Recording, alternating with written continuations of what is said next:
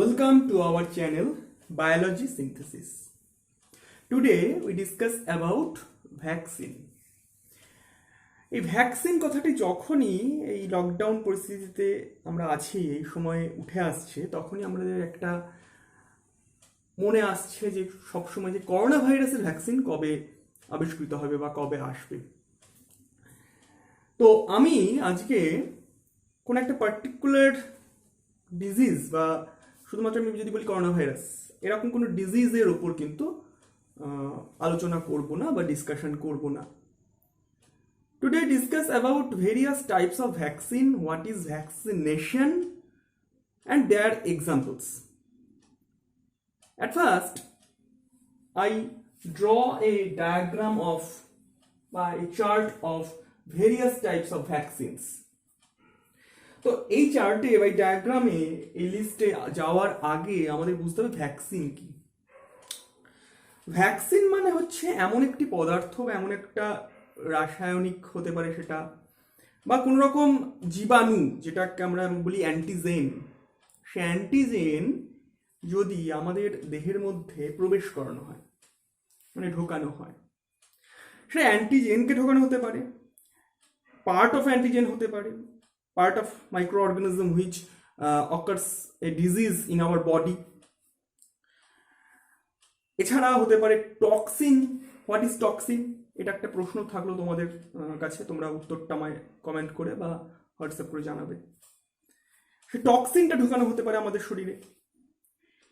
এই ঢুকিয়ে আমাদের বডির যে ইমিউন সিস্টেম আছে, ইমিউন সিস্টেমটাকে স্টিমুলেট করার চেষ্টা করা হচ্ছে। মানে আমরা জানি যে when an antigen is entered in our body, then a stimulation occurs, and this type of stimulation is made a particular type of antibody which reacts with this antigen. And if the antibody won the battle, আমি ব্যাটলই বলছি, যুদ্ধই বলছি, then no disease or symptom of disease functioned or observed in our body. But if the battle, the antigen become the winner, then the disease is observed in our body. Now, to protect our body, a process is mediated by, is discovered, by which এমন একটি পদ্ধতি, যে পদ্ধতির মাধ্যমে আমাদের শরীরে এই যে রোগ সৃষ্টি হচ্ছে বিভিন্ন রকমের মাইক্রো অর্গানিজম ঢোকার ফলে, সেটাকে আটকানোর জন্য একটা পদ্ধতি চালু হয়েছে। সেই পদ্ধতিকেই আমরা বলছি ভ্যাকসিনেশন। এবং ওই যে আমরা মাইক্রো অর্গানিজমের পার্টকে দিলাম, বা মাইক্রো অর্গানিজমটাকে কিল্ড মাইক্রো অর্গানিজমকে ঢোকালাম, বা টক্সিনকে ঢোকালাম মাইক্রো অর্গানিজমটার। তো এই যে সমস্ত জিনিস যেগুলো আমাদের শরীরে স্টিমুলেশন করছে অ্যান্টিবডি প্রোডাকশনকে, সেই জিনিসটাকে আমরা বলি ভ্যাকসিন। তাহলে ভ্যাকসিন যেটা ঢোকানো হচ্ছে সেটাকে আমরা ভ্যাকসিন বলি। আর ভ্যাকসিন ঢোকানোর পদ্ধতি এবং এই after the entry of the vaccine we produced the antibodies or stimulate the immunity power বা immune power is a process. This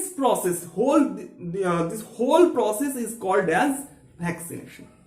Is it clear now? তো আমরা যদি দেখি এখানে ভ্যাকসিন যে জিনিসটা, সে ভ্যাকসিনকে কিন্তু কমনলি তিনটে type of vaccines are present, three types of vaccines are present. They are as whole agent vaccine, purified vaccine, and recombinant vaccine. Okay, now here in this area of this board I write some words. These words are subunit and adjuvant. এই subunit যে কথাটা, সেই কথাটা কিন্তু purified যে vaccine তার একটা অপর নাম আমরা বলতে পারি, বা আদার নেম আমরা বলতে পারি। এই পিউরিফাইড ভ্যাকসিনেরই আর একটি নাম হচ্ছে সাব ইউনিট ভ্যাকসিন। আমরা এখানে আসার আগে হোল এজেন্ট ভ্যাকসিনটাকে নিয়ে আলোচনা করি। তোমরা বুঝতেই পারছো হোল এজেন্ট মানে যে মাইক্রো অর্গানিজমটা আমাদের শরীরে ডিজিজের তৈরি করে, মানে আমরা যেটাকে এক কথায় বলতে পারি অ্যান্টিজেন। সেই অ্যান্টিজেনটাকে যদি আমাদের পুরো সম্পূর্ণ অ্যান্টিজেন বা অ্যান্টিজেনটাকে weaker part of the antigen এটাকে যদি আমার শরীরের মধ্যে ঢুকাই, তাহলে সেই অ্যান্টিজেন বা সেই মাইক্রো অর্গানিজম আমাদের দেহের মধ্যে কিন্তু ঢোকার পর স্টিমুলেশন তৈরি করবে, স্টিমুলেট করবে আমাদের বডিকে। For what purpose? For the activation of our antibodies, but it cannot disease, মানে এটা তৈরি করতে পারবে না ডিজিজকে, রোগকে। তার জন্য তার মানে কি হচ্ছে, আমি একটা সহজ উদাহরণ দিয়ে বলি। ধরো একটা জঙ্গি আমাদের দেশের মধ্যে ঢুকে আসছে, তাহলে আমি যদি আগে থেকে ট্রেন্ড করাতে পারি আমার সৈন্যগুলোকে, সেই সৈন্যগুলোকে ট্রেনিং যদি দেওয়াতে পারি, মানে এরকম জঙ্গির ক্যারেক্টারিস্টিক হয়, এই পোশাক, এই যন্ত্রপাতি নিয়ে থাকে, এই অস্ত্র নিয়ে থাকে, তারা জঙ্গি, তাদেরকে মারতে হবে। কিন্তু সিভিলিয়ান যারা তাদের ক্যারেক্টারিস্টিক এবং জঙ্গিদের টেরোরিস্টদের ক্যারেক্টারিস্টিক আলাদা। এই যে ট্রেনিং দেওয়া হয় আমাদের আর্মিকে for identify the terrorist and neutralise it, এই যে পদ্ধতিটা আমাদের শরীরের মধ্যেও ঘটে। কিভাবে ঘটে? ধরো কোনো একটা জঙ্গিকে হাত পা বেঁধে আমাদের ট্রেনিং গ্রাউন্ড, আর্মি ট্রেনিং গ্রাউন্ডে রাখা হলো, দিয়ে তার ক্যারেক্টারিস্টিক বোঝানো হলো আমাদের আর্মিকে। তাহলে আর্মি বুঝে গেল যে এই ক্যারেক্টারিস্টিক থাকলে সে টেরোরিস্ট বা জঙ্গি। যখন আসল একদম ফুললি এনাবলড যখন কোনো একটা জঙ্গি আমাদের বা টেরোরিস্ট আমাদের দেশে ঢুকছে, তখন সহজেই কিন্তু আমাদের এই আর্মি, দেশের আর্মি সেটাকে রিকগনাইজ করতে পারবে বা আইডেন্টিফাই করতে পারবে এবং তার বিরুদ্ধে ফাংশন করতে পারবে, তাকে নিউট্রালাইজেশনের জন্য। তো এইটাই করে আমাদের বডিতে ভ্যাকসিন। কি করে? ওই যে আমি বললাম যে পিচ মোড়া করে হাত পা ভেঙে দেওয়া, যে একটা জঙ্গিকে নিয়ে এসে দেখানো হচ্ছে যে এরকম জিনিস থাকলে তুমি জঙ্গি হিসাবে এটা হলো জঙ্গি।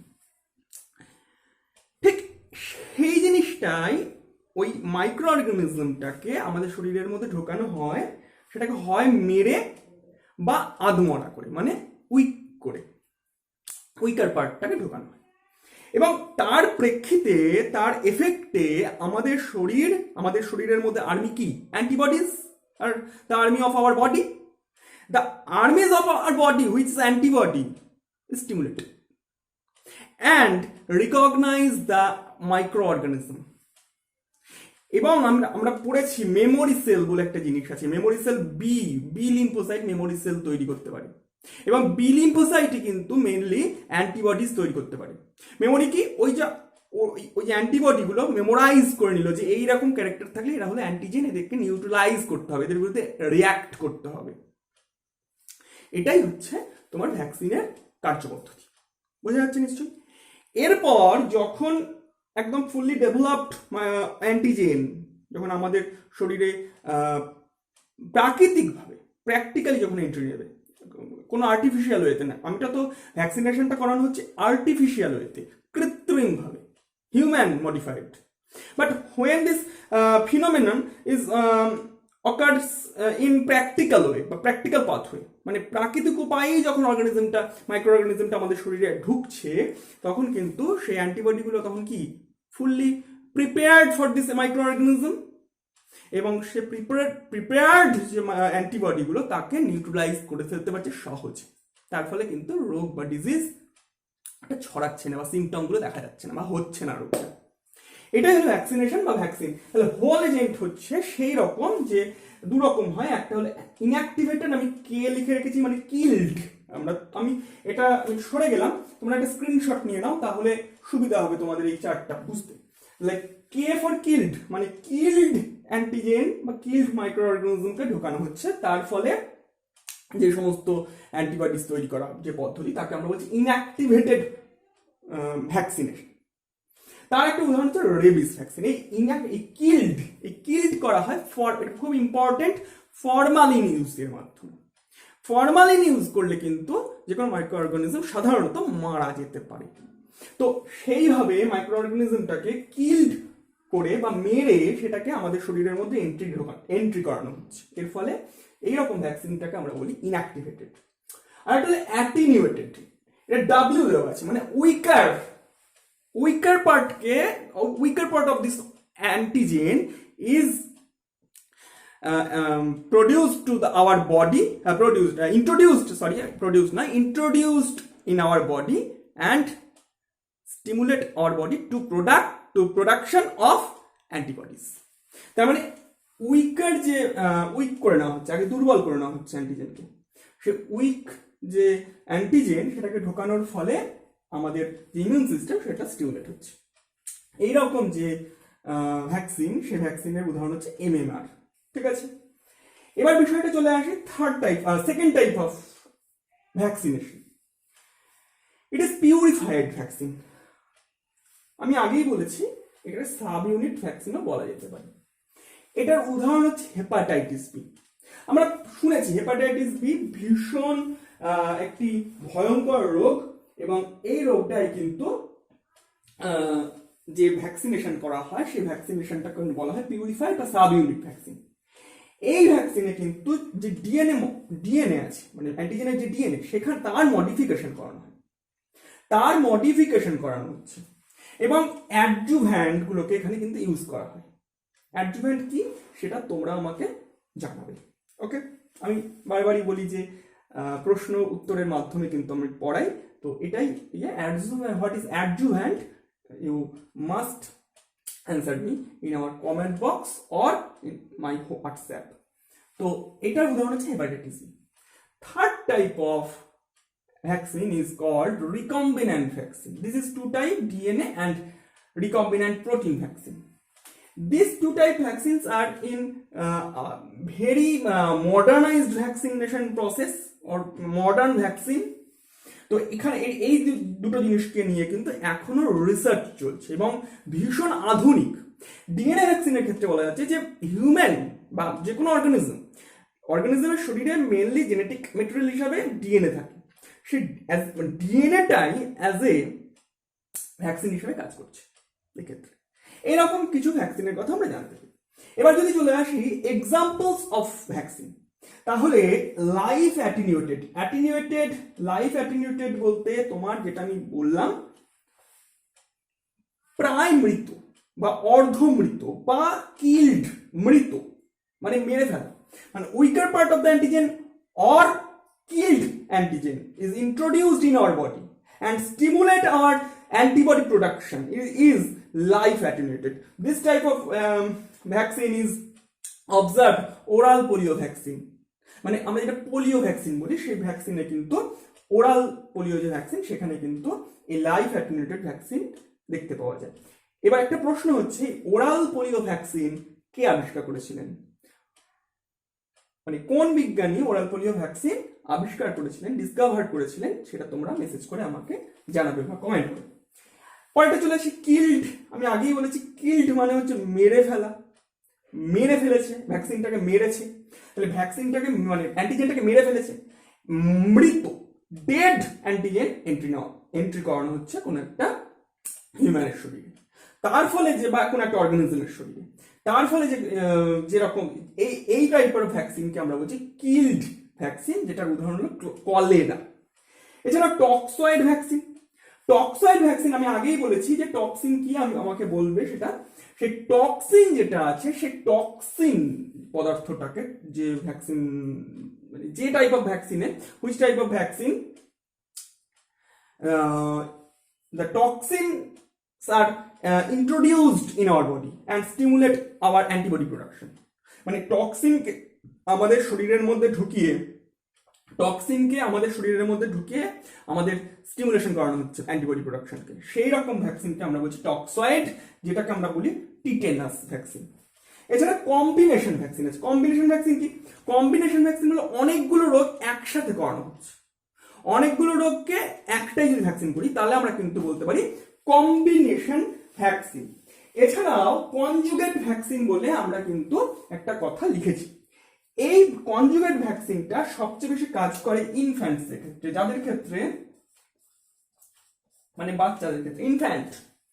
তো এই কনজুগেট ভ্যাকসিন যেটা, সেটা আমি একটু ছোট করে বলে দিই। কনজুগেট ভ্যাকসিন যদি ধরো একটা বাচ্চা, ছোট্ট একটা শিশু বা ইনফ্যান্সি যখন পিরিয়ডটা চলে, তখন যদি এরকম ভাবে কোনো একটা অ্যান্টিজেনকে, সে উইকার হতে পারে, সে কিল্ড হতে পারে, কিন্তু ঢোকানো হয় কোনো একটা বেবির শরীরের মধ্যে, তখন কি হবে, সে একটা রিস্ক থেকে যায়।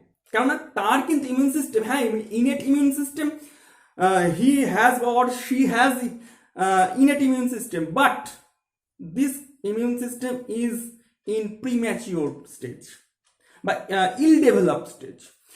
তো একটা রিস্ক থেকে যায়, সেই রিস্কটা না নেওয়ার জন্য কিছু পলিস্যাকারাইডকে একসাথে যুক্ত করে দিয়ে কিন্তু কনজুগেট যে ভ্যাকসিন সেটা তৈরি করা হয়। এবং এটা ইনফ্যান্ট যারা আছে, বেবি যারা আছে, তাদের ক্ষেত্রে কিন্তু মারাত্মকভাবে উপযোগী একটি ভ্যাকসিন।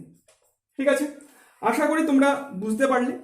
আমরা এটুকুনি বললাম, যে কটা কোয়েশ্চেন আমি বলেছি সে কটা কোয়েশ্চেন তোমরা আমাকে উত্তর করে জানাবে। এক সেকেন্ড, আমি যদি আরো কিছু কোয়েশ্চেন যদি তোমাদের দিতে পারি তাহলে তোমাদের বলে দিচ্ছি। আচ্ছা, আর একটা কথা আমি যেটা কোয়েশ্চেন আছে, হোয়াট ইজ বুস্টার ডোজ? এইটা একটা question, what is booster dose? এই বুস্টার ডোজ কি?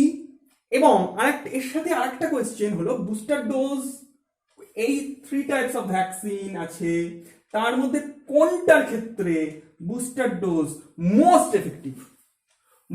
Effective in which type of vaccine? Okay, তাহলে এই কটা কোয়েশ্চেন তোমরা আমাকে কমেন্ট করে বা হোয়াটসঅ্যাপে বা ফোন করে জানাতে পারো। আর আরেকটি মজার কথা হলো, আমি অন্যান্য সমস্ত ভিডিওতে করেছি এবং অন্যান্য যে ক্লাসগুলো আছে তোমাদেরও শুরু করলাম আজকে থেকে, একটি তথ্য আমি একটু এলোমেলো করেছি, মানে আমি মিস ইনফো দিয়েছি। তোমরা ভালো করে খুঁটিয়ে ভিডিওটি দেখবে এবং একই রকমভাবে WhatsApp, Facebook, by phone or by comment in this YouTube channel, YouTube video আমাকে জানাবে কোন জায়গাটায় আমি মিস ইনফো করেছি। আশা করি তোমাদের এই খেলাটা বা এই গেমটা ভালো লাগবে, তার ফলে তোমরা পুরোটা বিষয়টা বুঝতে পারবে, বারবার দেখা হবে ভিডিওটা। এবং নোটস যেগুলো আছে তোমাদের কাছে, যে কোনো বই, ইমিউনোলজির যে কোনো বই তোমরা ইউজ করতে পারো, সেই বইয়ে যে জিনিসগুলো আছে সেগুলো কিন্তু তোমরা সহজে বুঝে নিতে পারবে। আশা করি তোমাদের ব্যাপারটা বুঝতে পেরেছো, এবং যদি ভালো লাগে একটা লাইক করো, আর চ্যানেলটিকে সাবস্ক্রাইব করো যদি পছন্দ হয়। আজকে অবধি, ধন্যবাদ।